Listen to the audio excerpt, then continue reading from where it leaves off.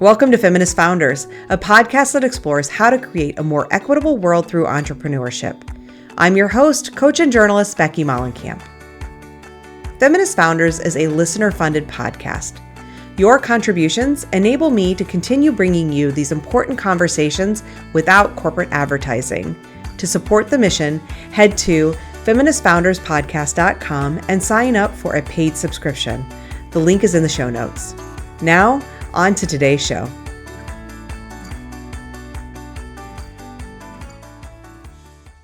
Hello there. Episode 2, Season 2. We're really doing this, y'all. I am so excited for you to be here and hear from Jenn Harper, who is the founder and CEO of Cheekbone Beauty Cosmetics. When I reached out to Jenn, I wasn't sure if I would hear back. She's running a huge company, and it was one of these swings that I took, hoping maybe it would result in something. So when I found out she said yes, I was thrilled, overjoyed. And our conversation was everything I had hoped it would be. I absolutely love what Jenn is doing with Cheekbone Beauty. Their mission is to help every Indigenous youth see and feel their enormous value in the world while also creating sustainable cosmetics. They are a B Corp Certified company, which we talk about, especially in the bonus content. So if you're not a subscriber of Feminist Founders newsletter, please make sure you subscribe so you get the bonus content to learn more about what is involved in becoming a B Corp. But what that means too is that Cheekbone Beauty and all B Corp certified companies are committed to exceeding high standards of transparency, employee benefits, and charitable giving, not just to their staff, but also in their supply chain practices. This is a company that's really trying to change what it means to be in the beauty industry, both in the types of products they're creating and the way they're creating them, and also around issues of representation. It's fantastic, and I can't wait for you to hear from Jenn. Before we get the conversation going, though, please check out this very short ad from another incredible podcast that shares the values of feminist founders around creating a more equitable world. Hey, it's Jordan, the Radical Joy Coach, and I've got one question for you. Are you ready to rest? If you just screamed an enthusiastic yes, join me at The Just Joy with Jordan, the podcast that helps bleeding heart founders learn how to rest. If you've ever wondered, why is it so hard for you to rest? Or why do you feel guilty when you do? Or why are you so good at helping everyone else but yourself? This is for you. Subscribe wherever you listen to podcasts. Thanks again for being here, and here we go. This beautiful conversation with Jenn Harper of Cheekbone Beauty. Hi, Jenn. Thanks for joining me. Hi, how are you? I'm fantastic, and I'm really excited to chat with you. I put on lipstick for the YouTube viewers. I have nothing on today, actually. Funny, because makeup's not really my thing, but I'm so excited to interview you because I love the way that you seem to be showing up in the world with your business. I want to start, though, as I always do, by asking you about your relationship with feminism. I definitely don't feel like I have one, but then I was thinking about it and maybe I do, but I didn't know that I do. Do you know what I mean? Because obviously I'm super passionate about women being in places that they've never been before, having equal opportunities. I have a daughter, who's in her first year of college, and you recognize all the things that were missing when you were there, that the new opportunities are new and different for her. So the world is ever changing, but maybe not fast enough. And then recognizing that that probably has a lot to do with feminism and the people and the women in particular who were here a long time ago. And I think talking about these things, I didn't stop to think about it until I saw the title of your podcast. So at least thank you for making me stop and wonder what my relationship is with that. Around these parts, if it isn't intersectional, it isn't feminist. And I know that you have a deep dedication to the earth, which is a big part of what that means. When I think about feminism, it's prioritizing people and planet before profits, still making money, but that we're really thinking about people and planet first. And I know that you care deeply about people, and it sounds like you're finding lots of ways to give back. So I just want to reflect back to you that while you may not have felt like feminism was something that you were a part of, I think you're doing it, right? You're doing intersectional feminism without even maybe knowing it. Without even knowing it. And here, what's really interesting, the deeper dive that I take into my culture as an Indigenous woman, a Native woman, my tribe is Ojibwe. We are called the Anishinaabe people. You would have found us around the Great Lakes for thousands of years pre-colonization, before this is North America. And when I look at just I think the cultural practices and the values and principles that came from my culture that I see and recognize is one, they're matriarchal society. So the value and place of a woman, which relates a lot back to birth and bringing life into the world. And even, Indigenous people use the term Mother Earth. And for the reason that this is viewed as feminine and like a mother, because it's really the birthplace of all things that came in on the planet. And so that's there. The If you look at the belief system and the storytelling that surrounded this, our cultures, and not just like from my tribe, but in particular a lot of Indigenous nations and tribes around the world, they share the same historical stories that still play a very important role in many Indigenous people's lives today. And when I thought about that and look deeply at that, it sounds a little bit feminist. It sounds a lot bit feminist, and I love learning a lot about matriarchal societies. I've done some reading on that and want to do more because I do know that a lot of Indigenous societies were, or maybe even some still are, really more grounded in that matriarchal lineage. And I think that's fantastic. And I think it's a great place to start is talking about your Indigenous roots, because I was surprised, given everything I've seen about your company today, as I was digging a little deeper and learning more about you, I was surprised that you were estranged from your Indigenous family for most of your life, like your child and into your adult years. And so what was that journey, as much as you're willing to share, back to those roots? What was that like? What brought you back to your roots, and what has made it take such a big hold of your life now? It's so interesting. I feel like my dad and I had an estranged relationship. And so, therefore, I was disconnected from that side of my family, which is my Ojibwe heritage. And so awful when I look back now as an adult that as a teen, I made a decision to really just walk away from him, which in turn, I walked away from all of them. And what a disservice I did to myself. And I recognize that we make those decisions sometimes without really thinking of, I think, the greater consequences. And when you're hurting and you feel like the pain is coming from one a parent or both, it's almost just like the cutting off thing feels easier. And so much years now in therapy and on this healing journey, really recognizing that no, sometimes it's like when you're young, you don't want to dive into the pain, but really that's what we're supposed to do, like go through it, not like cut it off, because cutting it off means really, in my mind, I look at it as you're just going to bleed until you fix it, right? And heal it. And so unfortunately did that. And so I knew of my family. I had a relationship with them when I was younger. And I was 19 years old when I decided that, because of the dysfunction, the alcoholism that I saw, I really didn't want anything to do with that. And tragically, I myself became an alcoholic and got sober in November of 2014, and then had a literal pop out of bed middle of the night dream with three native little girls covered in lip gloss. And that is literally the beginning story, or the origin story, if you will, of Cheekbone Beauty. I woke up that night and it was so real to me that this was going to be sort of the next chapter of my life. Like I was doing everything I possibly could.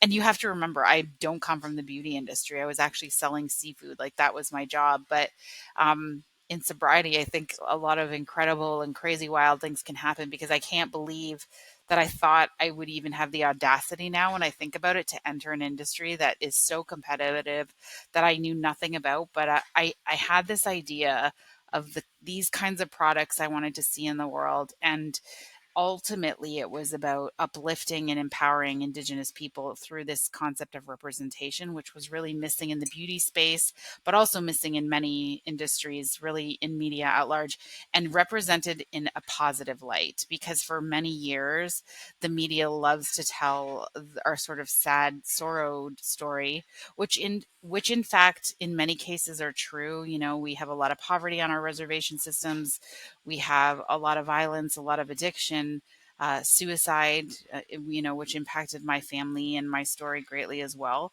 Um, However, what I learned along the way is that we also have these incredible stories. We have this rich history that I've, feel finally so connected to. And I think me personally disconnecting myself, as mentioned earlier, was such a disservice because I finally feel after rebuilding my relationship with not only my dad, but my aunties, my uncles, my nieces, and my nephews, that I finally feel like a whole person because I've accepted who I am. I lived in great shame for many years because of those stereotypes and that narrative that we are poor, addicted, violent, all of those things, that we weren't smart, we're not worthy. I actually believe that for very much a big part of my life, and it's probably why I stayed in my own addiction so long. But on this journey, it's been powerful to watch me transform, to watch my family transform, and really recognizing that, as an Indigenous woman, as an Ojibwe woman, I am so proud that I now get to be like a positive story. Like we got, and that's what happened in those early, I was like, could we flip this narrative? Could we talk about generational healing versus generational trauma? Like what happens when we all start to do well?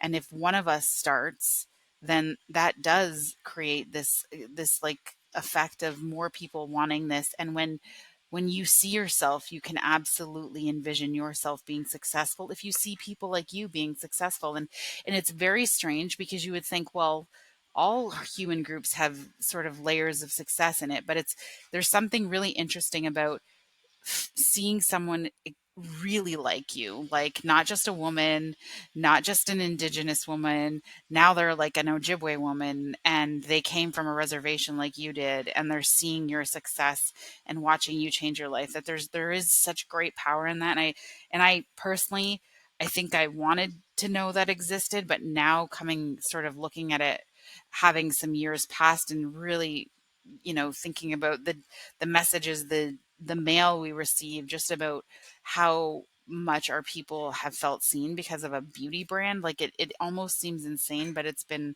an incredible journey, and me reconnecting to my family over these last it's like 7-8 years now that I've been able to do that, and it's just been truly magical. And I wish I did this so much sooner. And it's so hard because you never want to give someone the advice of like cutting out a family member's the wrong thing to do. Um, and I'm sure we all have reasons why we do those things, but it was certainly harmful in my case. And it's also about learning boundaries, right? And not necessarily that you have to cut people out completely, but they're in your space based on your terms, essentially, where it's healthy, and you can heal at the same time as trying to mend relationships and learn about who you are and where you come from. Because if you're not connected to your family, you certainly there's a lot of empty blank spaces and gaps. And what I know now as a mother, it's having the answers for your children about their histories, and they want to know about all parts of their family, from in my kids case, from my husband's side of the family. They love learning about that, and then they love learning about our side of the family. Yeah, and I don't want to focus on trauma. And I want to say that I read that you learned about your grandmother's experience in a residential school, and that was part of the impetus for you to move towards sobriety. Like understanding some of that generational trauma was important in your own healing process.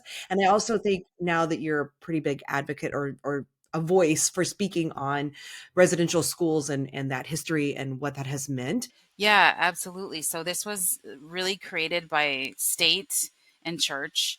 And you can imagine now when you are older and understand how these systems operate, it was really a business, right? And at the same time, for state, it meant, oh, these people lived here, and there was always treaty issues and land issues, and how can we assimilate them really into a more European way of living. And I think ultimately bend and change their minds about how they were living in order to attain land. Like that's really, I think, what it all boils down to. So these schools were created, and much like you think of like a Catholic school system today, or I don't want to just call out one organization because I think there were others involved, but a church-based school system, and these native children, Indian children, were taken from them, from their families at very young ages. Like my grandparents were 6 years old, and you weren't. It's kind of like boarding school, where you're never leaving though until you're old and assimilated. Like that was the whole concept. And so even during the summer, my grandmother Emily was not going home to our family. She was taken at 6 and didn't go back to our reservation until she was 16, or our home community until then. And obviously just loaded with all kinds of trauma, right? And so we know what happens in trauma. And now I recognize, oh my goodness, my grandparents struggled with addiction and violence, and that was just passed on to my father and ultimately passed on to me and my siblings. And the beautiful part of understanding that is now, okay, we have the knowledge that that happened. And I always say this, I'm like, this is my family's personal story, so I never want anyone to be like, I know everything now about Indian boarding school, because every case is different and how it affected every family, but the overarching issues tend to be very similar, which is these negative impacts that they've had. And so what we've learned from this is, and we know when children face trauma, that is going on until somebody decides to end that trauma. And it generally takes, they say a generation to fix it, just as much as it took a generation to start it. And so I believe in my heart that by being the one individual in my personal family's case, that I hope to end the trauma that goes on in our family, and then my children have to make the decision to want to end it as well. And that was what helped you find sobriety. And within like a year, it sounds like you had this dream. Because I want to talk about your business. And the dream of these children and, covered in lip gloss made you wake up and say, I need to start a beauty business. I don't know if you read more into that beyond it just being a dream. I actually don't, because I don't, I just, I'm a firm believer in that. It's just like, it's a situation of the entire circumstance. Or, you know what? I've had people tell me the complete opposite. So everyone can choose how they view this, but I think just because of my maybe analytical brain, as much as I believe and I feel like I'm a very spiritual person, I was like, it was just like I'm newly sober and I'm in this space where if you look at sobriety and listen to people in these first years especially, there's this whole kind of phase which they call like the rock star phase, where you feel like you could really accomplish and do anything.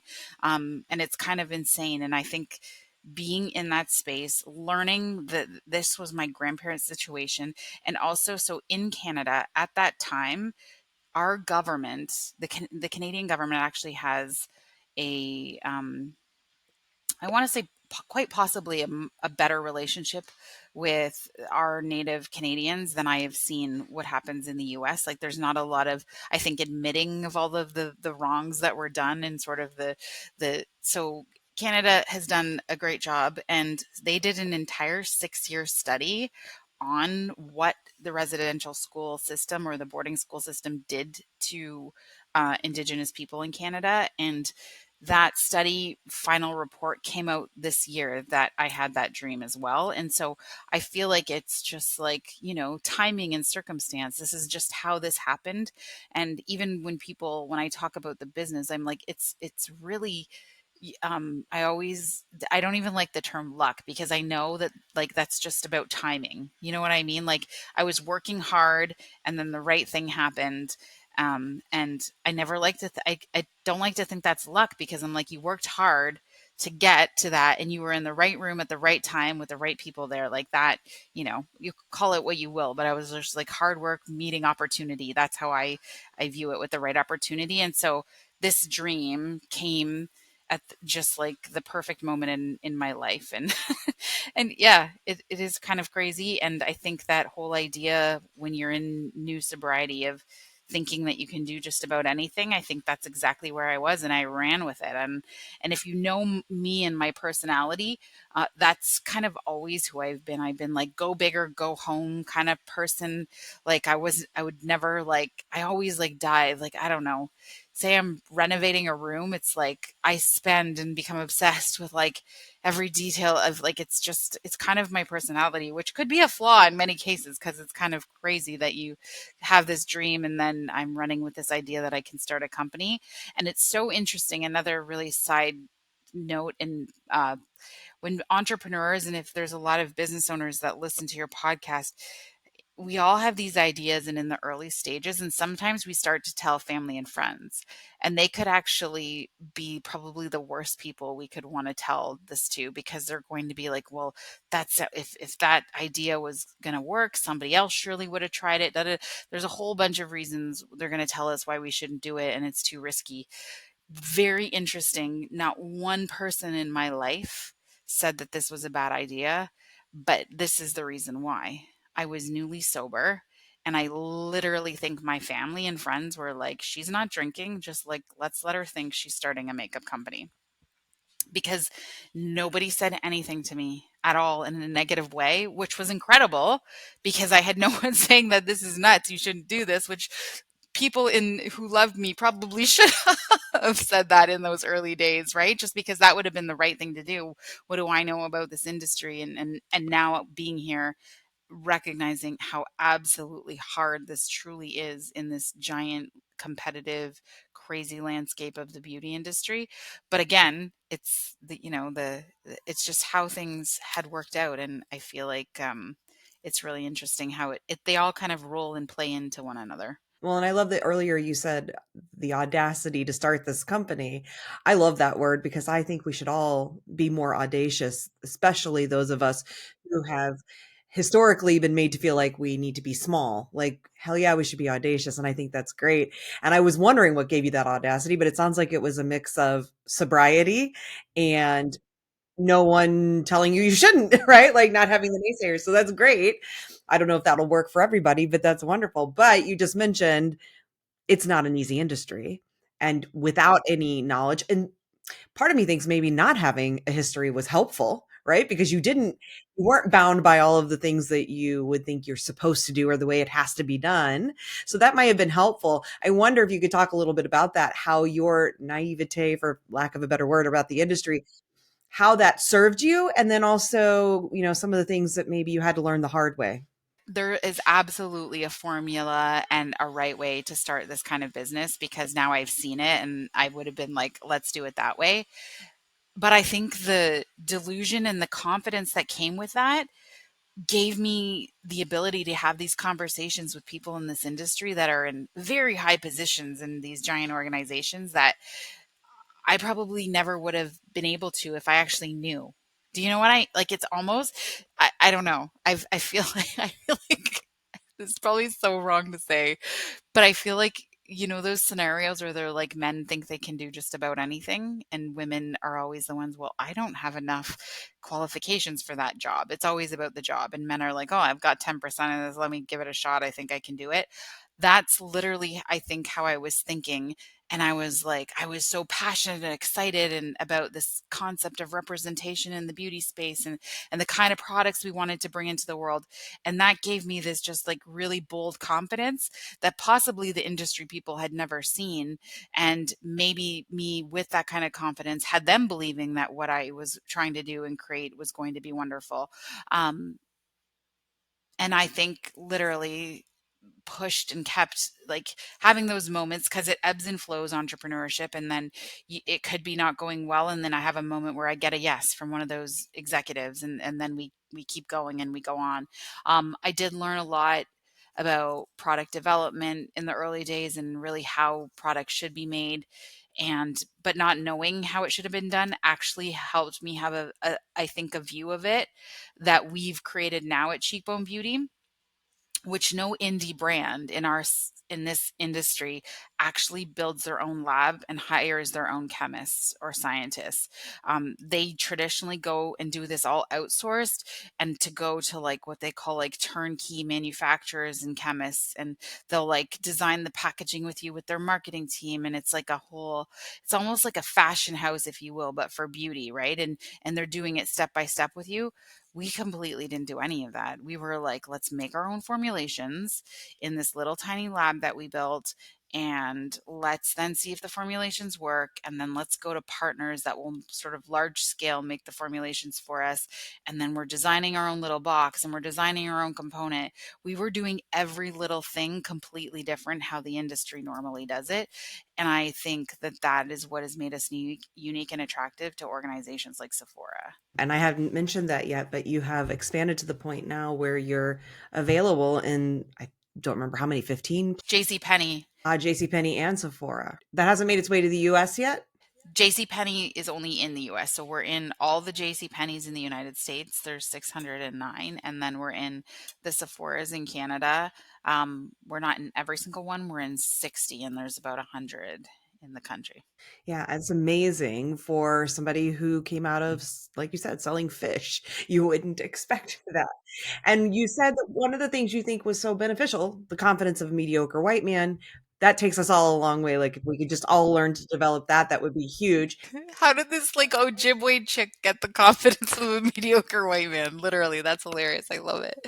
You said that you think one of the reasons that perhaps they were willing to listen to somebody they might not that you wouldn't normally think of coming to this industry was because of your passion, this passion around visibility. And so I know that one of the things you said is you wanted to help Indigenous people feel seen in an industry that has historically not made them feel that way. And I'm just wondering if you can remember, because you said, you're not wearing makeup now, but I'm wondering about your childhood experience with makeup in the beauty industry. Did you feel like, have you always felt that exclusion? Was that something that was like palpable for you from a young age, or that came later?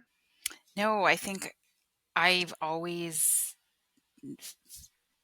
felt like there was no one that really looked like me. I remember for the first time in like the 90s when the supers were out, and there was like Helena Christensen, who had more of like a wider face. She still had really light eyes, but I was like, oh my goodness. Or even Cindy Crawford, I felt like had a little bit deeper of a skin tone. And then Naomi Campbell, but there was like nobody else that was like in that space. But and so certainly not growing up. But I think this is what's really interesting. What I've learned about representation as we've built the brand is this is something that on a psychographic level, I don't think we recognize how important or powerful it is. Like, I don't think we know how powerful representation is, or the ability to feel seen as a culture, as a subculture, as like, a kid that loves, I don't know. Like, I'm just trying to think. There's so many different subgroups where kids these days, there's like many unique groups of people. And once you feel like you have a circle, like it can be life changing and life saving. I've said that before. And I think the best way I can share this is with a story. We launched in Sephora Canada, and we got to go around the country and do like what Sephora calls eventing. So you're in store teaching clients how to use the products. And this happened. And that morning, I remember walking into the one mall, and I didn't know that Sephora was doing this, but they had paid for this massive billboard. It was like the size of a transport truck in the middle of the mall. The mall is one of those malls that are like 4 stories, and you can see the sky kind of as you look up, but they put billboards around the top. And it was like our branded picture, and it's like Cheekbone Beauty now available at Sephora. As a young girl, I remember going into this mall with my dad and, having more negative experiences. Like I remember once he was being accused of stealing something. Like there was just really negative experiences as a Native person. And I still, thought, oh my goodness, like, wow, that morning I'm sitting there, I'm like, I can't believe I have a brand that's available in a store like Sephora. And, I didn't ever think that would be possible. I never, even as a little kid, those ideas would never even creep into my mind, like that I would own a brand or a business, like just didn't exist. And so we're at the eventing portion that night in Sephora, and we're talking to all kinds of clients. And then this little family comes in, and it was this 12-year-old girl and her like 10-year-old brother and her mom and her auntie. And, I'm Ojibwe, and I can tell that they're Ojibwe as well. I'm just like looking at them and I'm like, oh, they're totally Anishinaabe. And she was so spunky, this little girl. She already had the confidence of that I couldn't imagine having at 12, and having a great conversation with her. And like, she's telling me about her TikTok account and how she had to shut it down because she was getting too viral. And her brother's like, no, you weren't. But anyway, they were just being like normal kids and having a great time. And I was driving home after that event that night, and I was like, "Oh my goodness. This is it. This is why this matters." Because those two kids are never going to wonder. Like, now we've just given them the ability to only imagine what they could do with their lives, because they just met a woman who looks like them, who comes from the same kind of community they come from, that owns a brand available in Sephora, which is like the largest beauty retailer in the world.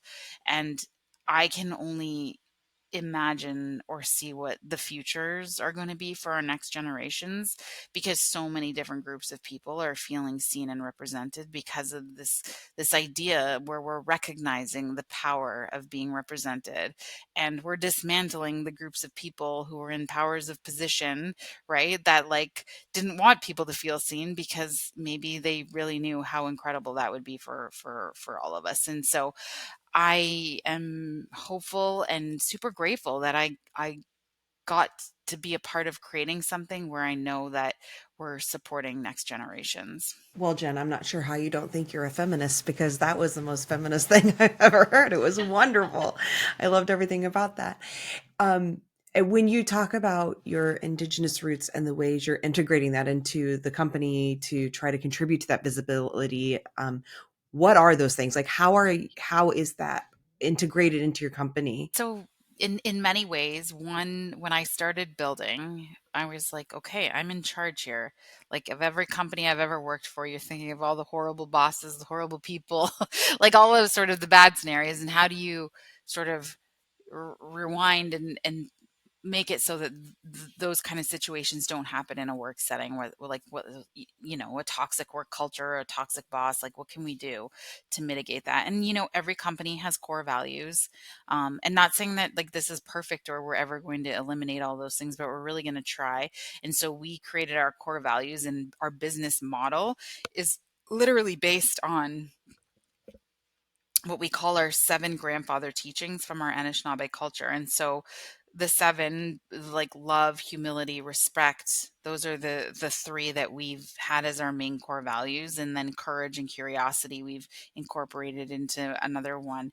And these are just, and then we define and describe them so that when someone's onboarded into the team, they recognize the kind of business we're trying to build. And things like humility, I think, are really important, and had been left out in business spaces for so long because that's had been perceived as a weakness, where I think it's probably one of our greatest strengths as human beings is the ability to recognize we don't know everything, and we never will. And there's likely someone you work with in a position higher than you and in a position lower than you that knows a whole heck of a lot about a subject that you don't know anything about.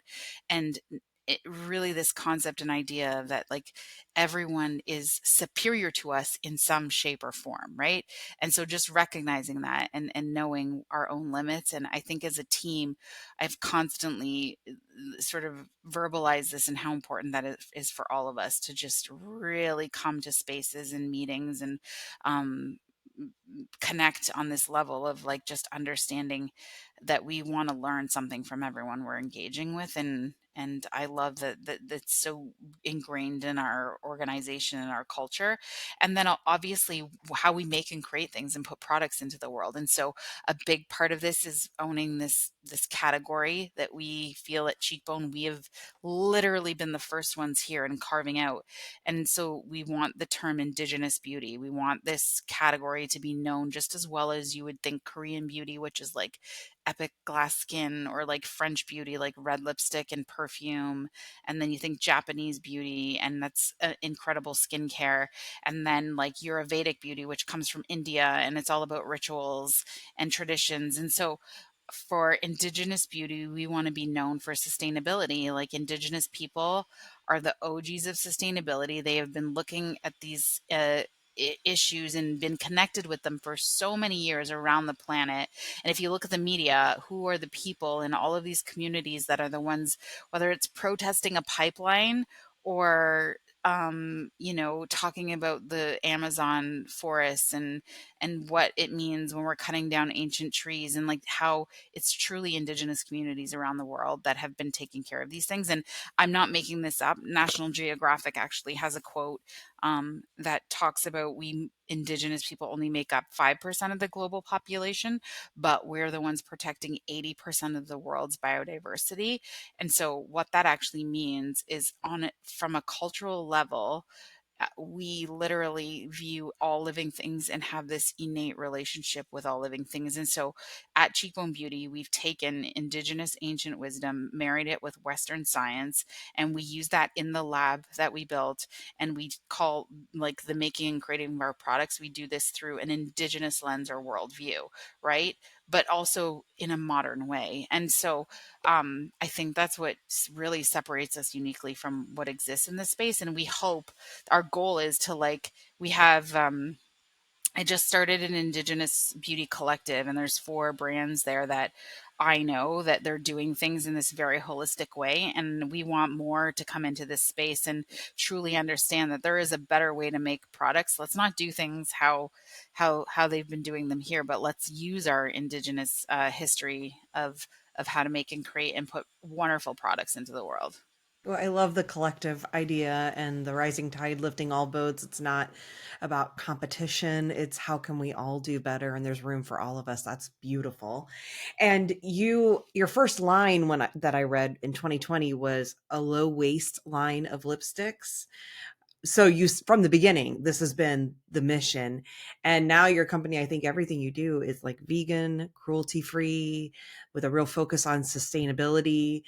You're also a certified B Corp, which I'm assuming relates to that mission. So tell me a little bit about um, the B Corp certification, because we're going to do a little bonus, some tips on that at the end. And for subscribers, you can subscribe to Feminist Founders and get the bonus tips about sort of what to know if you're going into getting B Corp certified. But I'm curious if you could just talk a little bit about what motivated that decision and how that's been beneficial to you to be certified B Corp. Yeah. So when I started, like, when I had that dream, the funny, interesting thing is when I was selling seafood, always interested in sustainable seafood. I could probably sit here and still have an incredible conversation with you about aquaculture and how there's really good and bad versions of that, and there's better ways to find and source sustainable seafood. So it's always been a part of sort of who I am and what I love to talk about. And uh, in my own life, like different steps, always taking the small steps, reusable water bottle, like all those are things that have played a big role of who I am.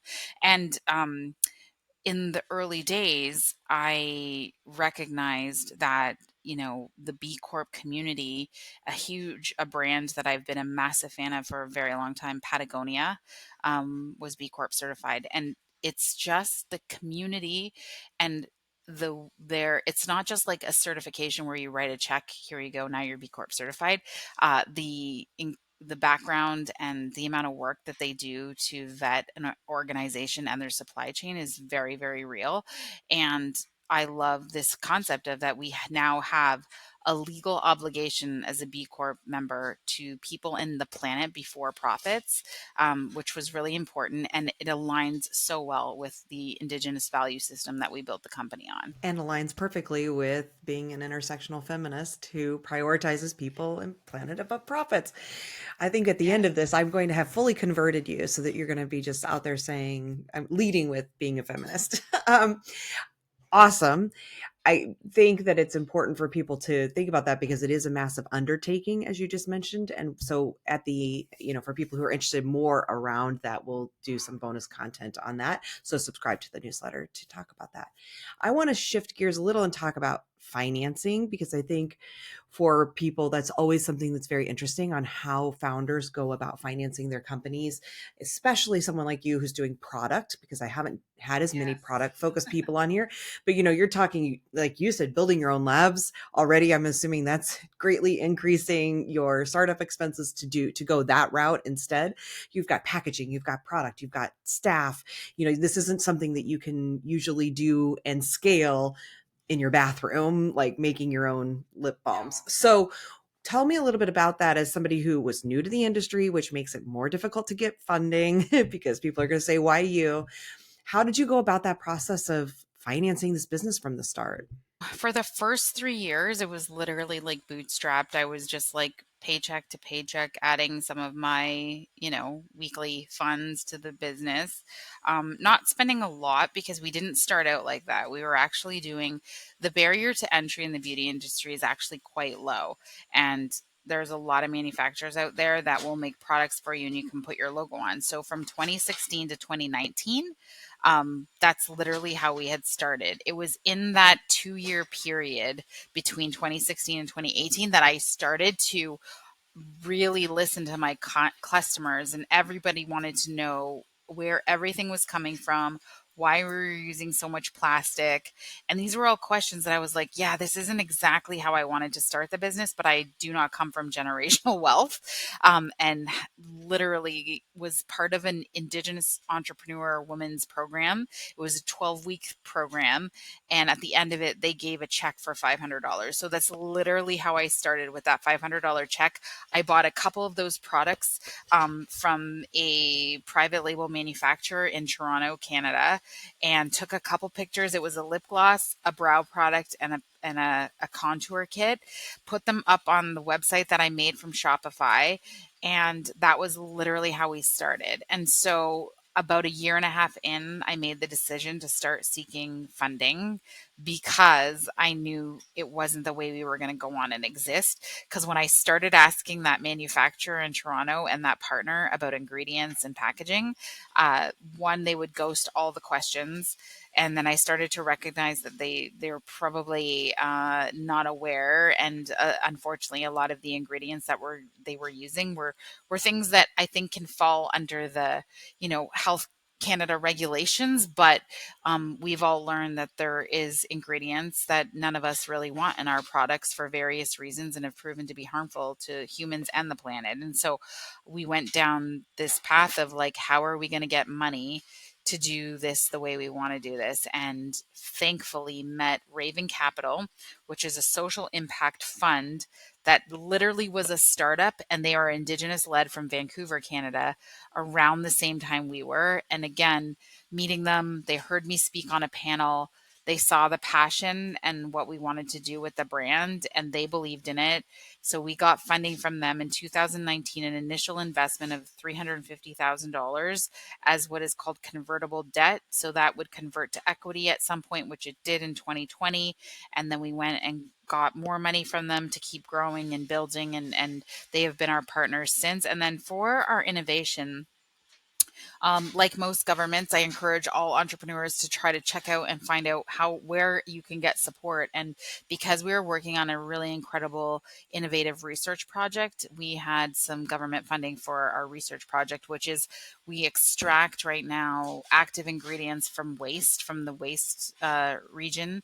We are an agricultural region in the Niagara Peninsula, and we are taking waste from fruit and extracting active ingredients that can go into future cosmetic products as an ingredient. And we did this pathway because I recognized that in this space, anyone can copy your formulations.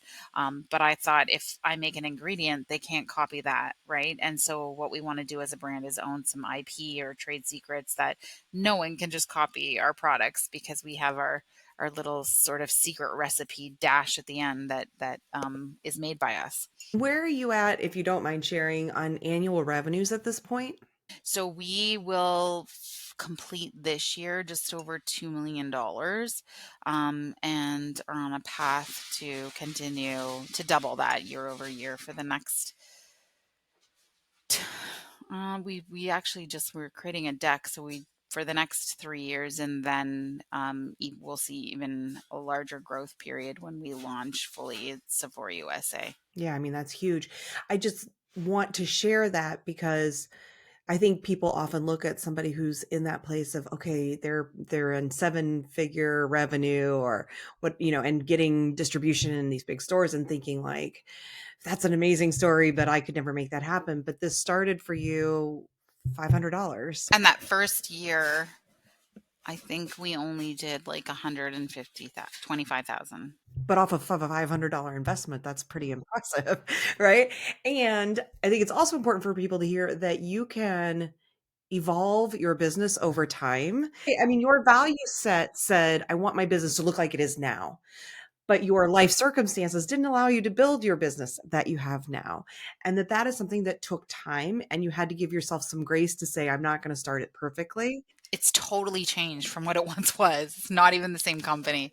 Yeah, I love that you brought that up. Yeah, because I think that so often I hear from people like there's all of this, they don't think they can take action until it's exactly the way they want it to be, until it's perfect. And guess what that does? It keeps you from taking action. Going back to that confidence of the mediocre white man, I think that it's important to say sometimes good enough is good enough for now, but it is that commitment and the eye on where you want to go and having that guide you in the right direction. Because you could have just as easily said, ooh, look at me making 100,000 off of 500. I can just keep doing this and get loaded doing something that's not values aligned. And instead you said, no, I'm going to build it towards where I want to go. I just think there's some really good lessons in there for people to hear. And so I just really want to call them out to make sure people are hearing those lessons from you because it's huge. Yeah, no, that is it is huge. And I I had to like there was a moment where I was like, this isn't the actual products I want to put out. Like I knew that. And it was really uncomfortable for me because I knew the version of the brand that I really wanted in the world. But I just had to stop and be like, okay, let's just see if this works. Because I think the interesting thing as a female founder, I didn't ever want to take anyone's money unless I proved the concept first. And that's kind of like, I was like, let me see if there's proof that this brand can exist. Cause I think my career had led me that I'm sort of I lean heavily obviously in the sort of the marketing side of things. And so I'm like, let me just see if we can create a brand. And if this brand works, then we'll focus on the products, right? Because these were good products. They weren't awful. They just weren't exactly what we wanted, right? When we knew in terms of sustainability. I will attest, and I've said this, if I could go back, because I feel like we confused our customer in many, many ways, because we had to transform all of the language, how we speak, all of those things because the sustainability factor being 100% vegan, all of these things became really popular and it wasn't who we were in the beginning. And so that transition had confused some of our customers, and you can see that in our numbers that there's many that were sort of pre 2021, we call it, when we finally, I think, or pre 2020. That's not the same customer base now, and that's a lot of hard work, but those are pivots that had to happen. If I look back, I don't think no one would have ever gave me money, so it probably might not have ever worked if I chose to do it that way as well, right? Yeah, there two more things inside of that. One, sometimes growing pains have growing pains. That growth period of changing means that you will lose people, but you will gain the right people. And two, it makes me think of an episode from season one where someone was talking about kind of putting the cheese on the broccoli. Like sometimes we almost have to sneak these things in. So you might not have gotten the funding had you shown up the way you really wanted the company to be, and you kind of snuck the broccoli in under the cheese, which that's okay too. I think that's something for people to mull over around how you might take some of these lessons and apply it to your own business. So thank you for sharing those things. Something else that I read in your story was that your brother died by suicide, and that was while you were in the process of growing your business. And I lost my brother to a heroin overdose, so I know somewhat of what that experience is like and how much it can completely shift your life. And I wonder if you could talk a little bit about going through that grief experience while you were in growth mode on a business. I mean, it's very challenging. I lost my brother at a time when I was able to sort of take time off to just go and grieve. And when you can't, how did you manage that time period? And how did it affect the way you run your business? We hadn't quite launched yet. So we were set to launch that September, and he passed away September 20th, 2016. And so I held off, and then I decided to launch on my sobriety date, which was November 26th. Um, and we were e-commerce. When I look back, it's like no one even like it was like my friends and family that were showing up at the website the first day it launched anyway. But yeah, it was gutting and honestly probably the most painful experience of my entire life. But without it, I literally will honor my brother with the success of this company because my passion just became even greater after losing him. Recognizing, from his words when he was alive and I told him about the business, he said, Jen, our youth need hope and they need help. And I know that this company you're building is going to be great. Um, those are literally the words that have been the driving force behind the whole brand and why I haven't given up. Because there's many things that have happened along the way where if I didn't have a why, like as powerful as the one that my brother BJ gave me, I don't think I would keep going. I feel like sometimes it would have just been too hard and I can throw in the towel. But with the weight of his words, that just can't happen. And I am super grateful for his support while he was alive.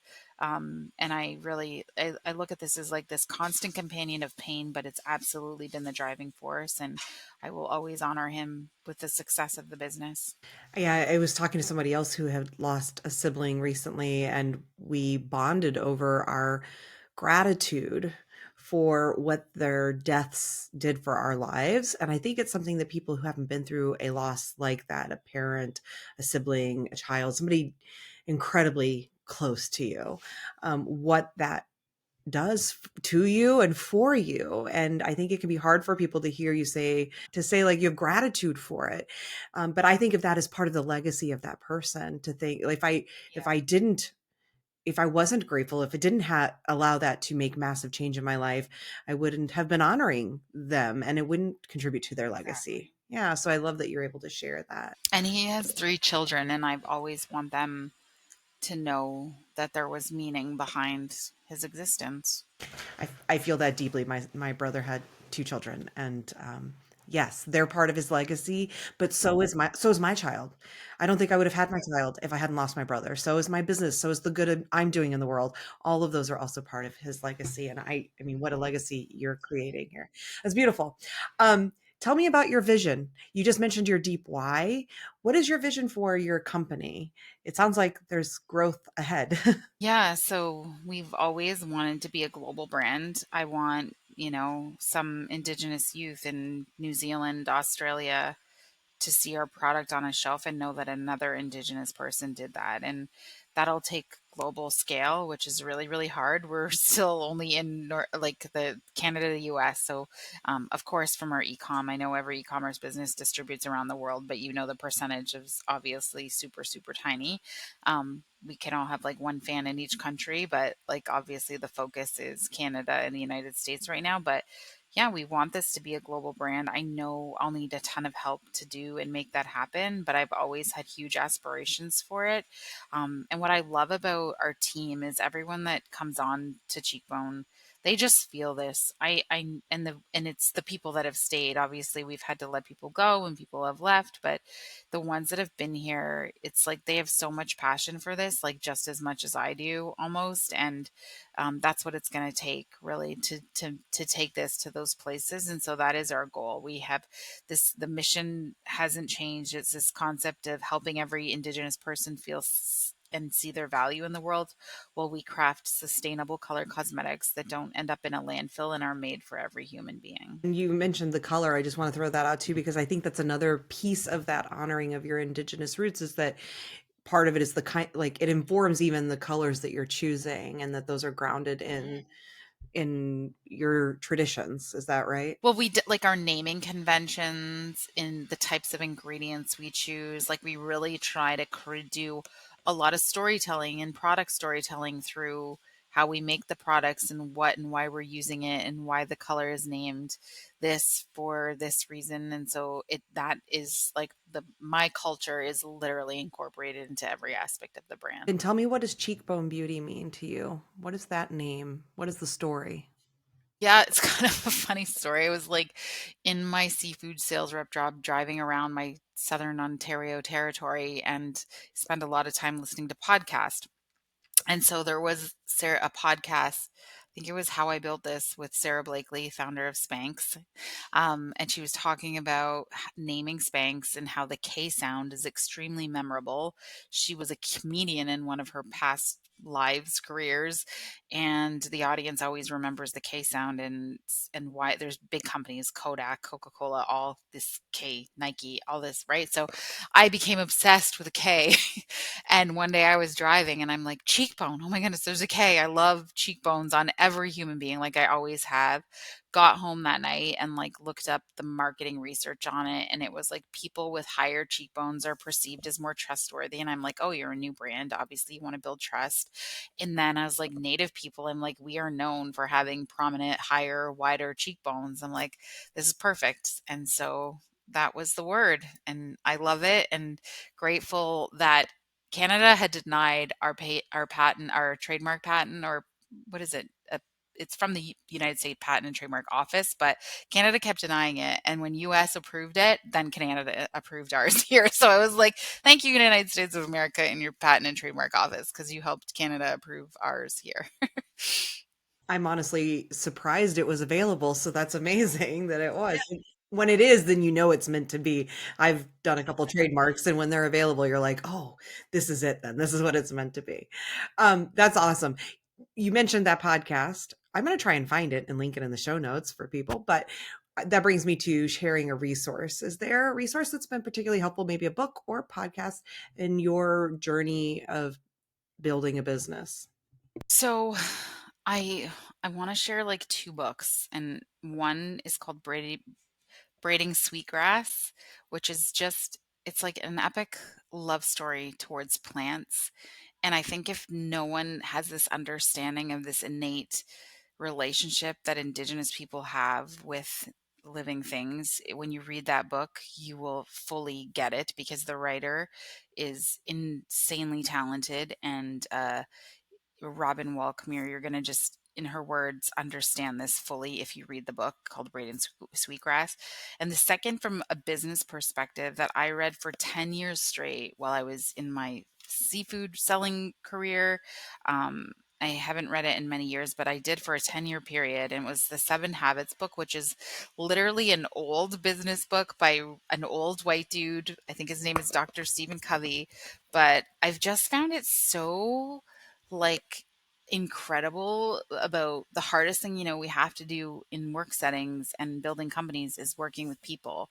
And I can tell you that this is just such a great book when you think of negotiations, like just the concept of win-win, like how are both parties and just sometimes in life, like little like begin with the end in mind, like how when I wanted to create products that weren't ending up in a landfill, we start at the end and how do we work backwards, right? I think it's just an incredible book with just simple basic things that just help you get along better with other human beings. I read Braiding Sweetgrass a year and a half ago, maybe something like that. And it's really, you're right. The writing is just beautiful, and it does make you feel a connection to Mother Earth in a way that we all need right now, right? So I think it's a definite must read. The last thing I want to talk about is charitable giving. I want to ask you about an organization that's doing good in the world, but first, I know Cheekbone is really dedicated to giving back in a lot of ways, and that the philanthropy is a big part of your mission. Talk to me a little bit about that, about why that matters, and what do you have a particular focus area for your giving back? Yeah, so we, as a B Corp, are committed to giving 2% of our revenues. So no matter what you're buying from Cheekbone Beauty, 2% of the revenues are going to causes that matter to us. One is 1% for the planet. So it's causes that are based on an environmental impact. And then second is to our Cheekbone Beauty Scholarship Fund. So every year we give out scholarships. This year, we're going to be giving out 10. Our first year, we gave out one, and the second year, we gave out five, and this is our third year.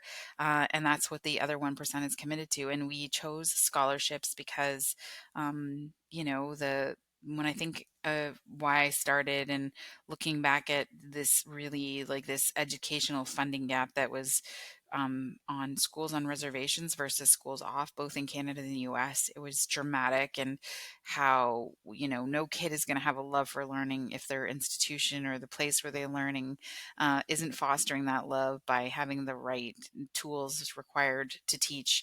And unfortunately, the schools on reservations are so underfunded, and feeling kids it's helping kids feel like they don't matter, and because it's so evident, and there's huge discrepancies. And so there was that. So we always supported causes that were supporting education. And then as we grew as a brand, we know that it's hard for people to have the right amount of money to go and seek the changes they want in their lives. And if education is the path, and whatever secular or education they choose, that we want to be able to support that. So that's why we chose that. And I think an educated mind is a powerful mind. We've heard that many, many times before. I like to make a donation as a thank you for my guests' time to whatever organization is meaningful to them. So if I don't know if I can donate directly to 1% for the planet, I think you can. Yep. then I will do that. And I will encourage listeners to do the same as a way of thanking Jenn for her time here today. And again, if you want to learn more about B Corp and just a few tips for getting started on that path or what to expect with that path, then make sure you subscribe to the Feminist Founders newsletter. And the link is in the show notes because that content will be coming out to subscribers. And we are about to go record that. But in the meantime, I want to say thank you for your time for being on this episode, Jenn. Thank you so much. Thank you for listening to this episode of Feminist Founders podcast. If you like what you heard and want to learn more, or if you'd like to support the work that I'm doing with the show, please visit feministfounderspodcast.com. There you can find out about becoming a paid subscriber for as little as the price of 1 cup of coffee a month, which will directly support my work. You can also find the show notes and find the bookshop.org website where you can order any of the books mentioned in this or any episode, which will also support the work I'm doing. The link to all of that is in the show notes.